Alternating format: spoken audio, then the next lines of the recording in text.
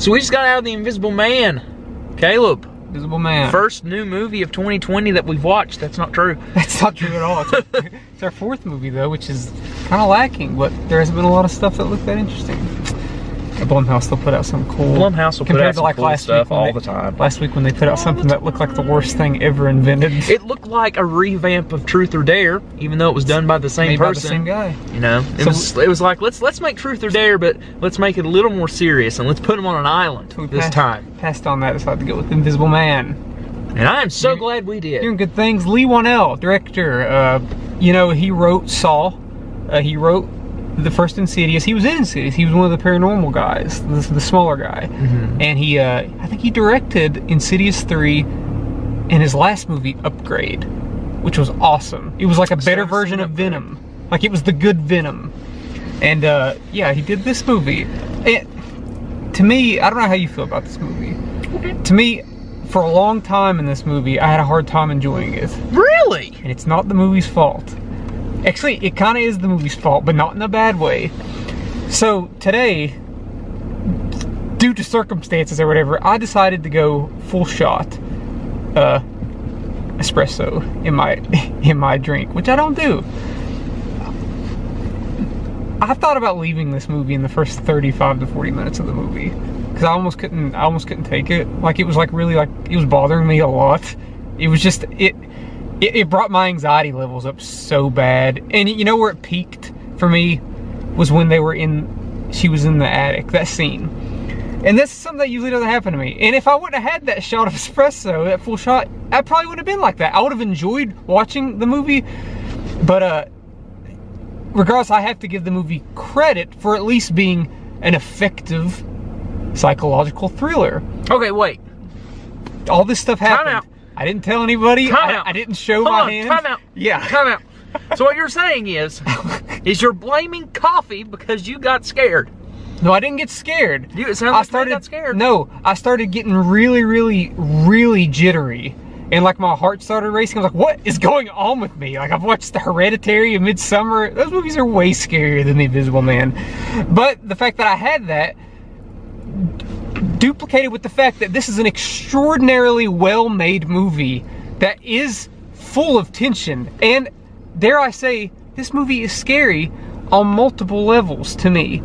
On one hand, you got the scariness and horrifyingness of an abusive relationship. You have that. And then you have the effectiveness of the unknown. So yeah, I think this is a really good movie. All right, so right now we're going to take a moment here, you know, in the comments below, make sure you put that you think if Caleb got scared or not during this movie, because I'm going with scared. No, I was scared. I'm just saying. Comment. I'm just saying that wouldn't have happened to me if I hadn't had that, and it's still affecting me. Like, right now at this moment in time, it's still affecting me. You're just a wimp when it comes to coffee, dude. I really am. You really are. I really am. Remember when you had? I try not to drink it, man. Remember when you had that one cup of coffee? It almost killed you. It killed me. So my stomach, literally. So I noticed before the movie started, I was like, oh, I got a little bit of acid reflux. Oh well, here we go. And then the movie was just really, really effective. I was like, oh no, like, am I gonna be able to enjoy this? Am I gonna have to walk out and take a breather? But it comes to a point. I'm glad you didn't do that, though. Yeah, me too, because I feel that you would have maybe lost some things in the movie, because this movie's important all the way through. There's not anything I would cut from the movie. No, it is good. No, it is. It's a 2-hour psychological thriller that works through its complete runtime. There's not any part in the movie that you feel is. I just wish I could. Hollow Man, this movie is not. I just wish normal Caleb would have been able to enjoy those early scenes that are just like sickening to me, because the tension's so high. They're like Annihilation and Hereditary level of tension there to me. I will say this, because the movie is going to get compared to Hollow Man a lot. Because it's way better. Hold on. Okay. When I saw this movie, I originally thought it was a remake of Hollow Man. It is, because Hollow Man is a remake of Invisible Man. Yeah. Sure. But I do like that they had a little bit of callbacks to Hollow Man. That was pretty cool. Did they? Because I haven't seen Hollow Man in so long. The fire extinguisher and stuff like that. That was kind of cool. Okay. Well, granted though, I do enjoy the way, and I'm not going to spoil anything, the way that our main character, Adrian, was invisible. I love how they did that. more in the present of what we can do with everything in life. So yeah, it was pretty cool. It worked with the technology of today. Modern, so don't go in expecting a complete utter Hollow Man remake, because a lot of people don't know that the Invisible Man, or the Hollow Man's actually a remake of the Invisible Man. This is ultimately kind of its own thing. Not gonna lie. It is the Invisible Man, but it is a 2020 original. Like, even though technically a remake, as far as its themes, it's better than the Mummy. All mummies. It's better than even the Mummy. Brendan Fraser mummies. It's better than Mummy. To me, you got to a point where The Mummy. To me, it got to a point where I wasn't able to actually enjoy the movie. Whenever it turned into a little bit like his last movie, Upgrade, I'd say the final third of this movie has some like really amazing action sequences that I just had a blast. Like, there's a scene at a psych ward that's all one take, and it is awesome. Like, I was just so pumped up, and that sort of got me out of my jitters a little bit. I felt cold the whole movie, and I had to pee the last like 40 minutes. This is how bad this was, dude. Like, I might not drink coffee ever again because of that. Honestly, that just really like ruined it for me. Don't drink coffee. I try to drink it once every 3 weeks. Next week. If Onward does this to me, I'm screwed. Caleb, meet me at the Hot Cup. Well, I guess I'll meet you in Logan. I'm gonna have a red velvet. That doesn't mean I'll get a butterbeer. I'll get a damn orange juice. Because if I come out of Onward next week, it's like, man, that movie messed me up, man. Onward. No, but this animated Pixar movie legitimately, I do screwed me up, man. I do think this is a scary movie. It is. On multiple levels. Yeah. Because the first 10 minutes, you're like, oh my God, what is this? Because it deals with an abusive relationship in a very, very scary and real way, yes. I think. And that's sort of the theme throughout the movie. As far as the movie sets up a tension with that, and it keeps it going through the whole entire movie. A very good musical score that keeps that absolutely. Going. That's what I was noticing through the movie too. That's why I couldn't get out of what I was in. It's very, like, a lot of times moods is set by the score, but in this movie it elevates it like beyond thought. When the score is more to the forefront than your actual acting, you got a good score. And Elizabeth Moss is incredible. Yes. Like, you got to put this up there with like the Lupita Nyong'o performance in Us, the performance in Hereditary, the performance in Midsommar. I mean, like, this is up there. This is a good performance in a horror movie that won't get the recognition that it deserves. Because if you had a horror movie, if you had a not as great of an actress, this could have came out pretty silly. But she killed it. As far as flaws for the movie, for me, I wouldn't call it a flaw. There is a reveal that I called in the first 20 minutes of the movie. It's very, like, it's very obvious that it's like, well, that's probably gonna happen. But then also, there's other elements revealed that are revealed very nicely to me, which I very much enjoyed. I also think that it's just that while he was having a panic attack, he enjoyed them. No, that reveal happened like post panic attack. Oh, okay. Okay. But I also think that some of the special effects are not great.